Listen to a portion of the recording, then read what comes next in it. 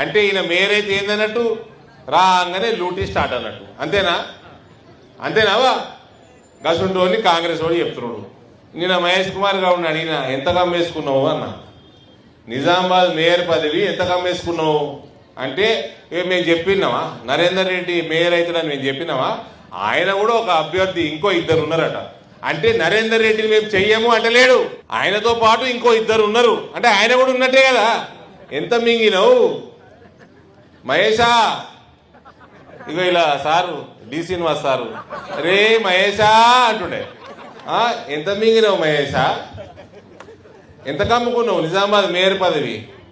ఇప్పటికి కూడా సిగ్గు తీసినాక కూడా నరేందర్ రెడ్డి ఒక్కడే కాదు ఇంకా ఇద్దరు ఉన్నారు అంటే ఈయన కూడా ఉన్నాడు అన్నట్టు. అంతేనా? చెప్పాలి కదా క్లారిటీ తోటి.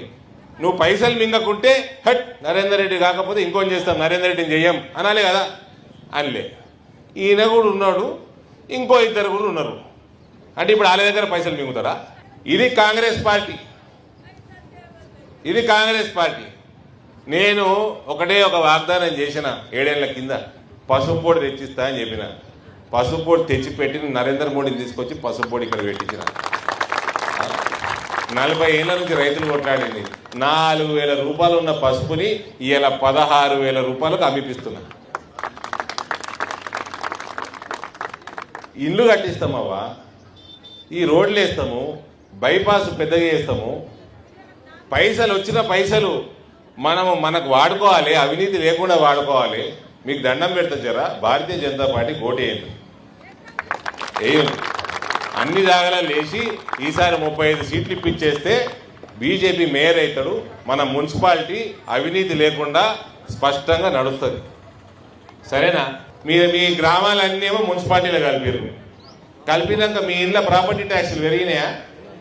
పెరిగినాయి. 4 ఇంతలు 5 ఇంతలు పెరిగినాయా? మరి డెవలప్మెంట్ అవుతుందా? అవుతలేదు. ఎందుకంటే మీ ఎస్తున్నారు ఆడు 10 ఏళ్ళు ఆ గద్ద ముక్కోడు మోసేడు మీ పాత సార్.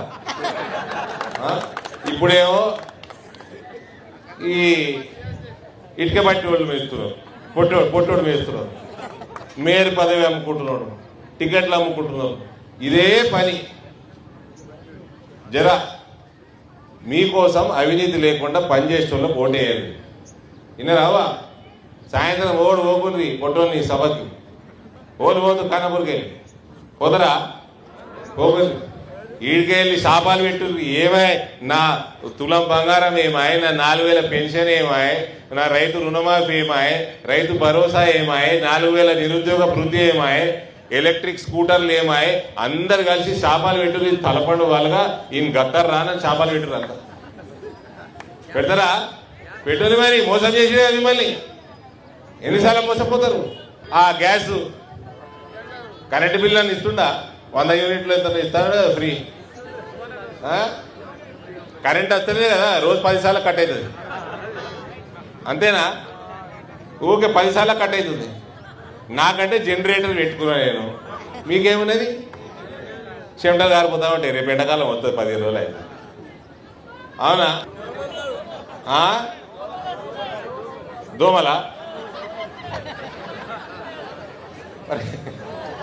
ఏడ చూస్తే ఆడ నిజామాబాద్ మొత్తం తిరుగుతా ఉంటే అంత చెత్తనే, డ్రైనేజ్లే. రేపు వర్షాలు పడితే దోమల పెడతా, డెంగ్యూ జ్వరాలు, చికెన్ గున్యా జ్వరాలు, ఇయే జ్వరాలు, వైరల్ జ్వరాలు. మళ్ళా బీమార్ అయితే ఆరోగ్య బీమా లేదు. తెలంగాణ వాళ్ళకు ఎవరు చెప్పాలవా అని మీకు అర్థమైతలేదా? బీజేపీ కోటేయండి, మీకు 5 లక్షల ఆరోగ్య బీమా ప్రతి సంవత్సరం 5 లక్షలు వస్తుంది. ఇవన్నిటికీ తెలుగోడేంది, తురుకోడేంది? ఆ తుర్కోలు కూడా అర్థం చేసుకోండి. మీరు ఏంటి కోటేస్తారో మీకే తెలియదు. కాంగ్రెస్ వాళ్ళకి, టీఆర్ఎస్ వాళ్ళకి ఓడన్నా ఓటేయంగా చూసిండ్రా? మీరు సాటుకు పోతిరి, ఓటేసి వద్దురు. కమలానికి గుద్దేశారండ్రి. మీ ఆయన అడిగితే కాంగ్రెస్ వేసినామని చెప్పు. అంతే కదా?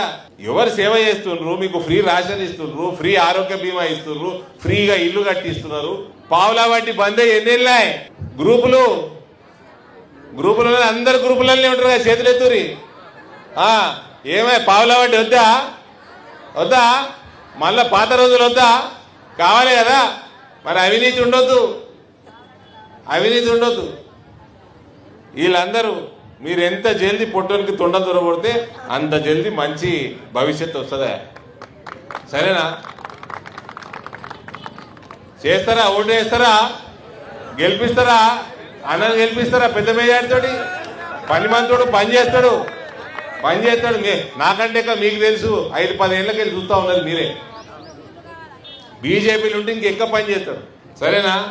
వస్తారు కదా, కమలానికి ఓటేస్తారు కదా, చేతులైతే రోజులు వేస్తారు. భారత్ మాతాకి, భారత్ మాతాకి జై శ్రీరామ్, జై శ్రీరామ్.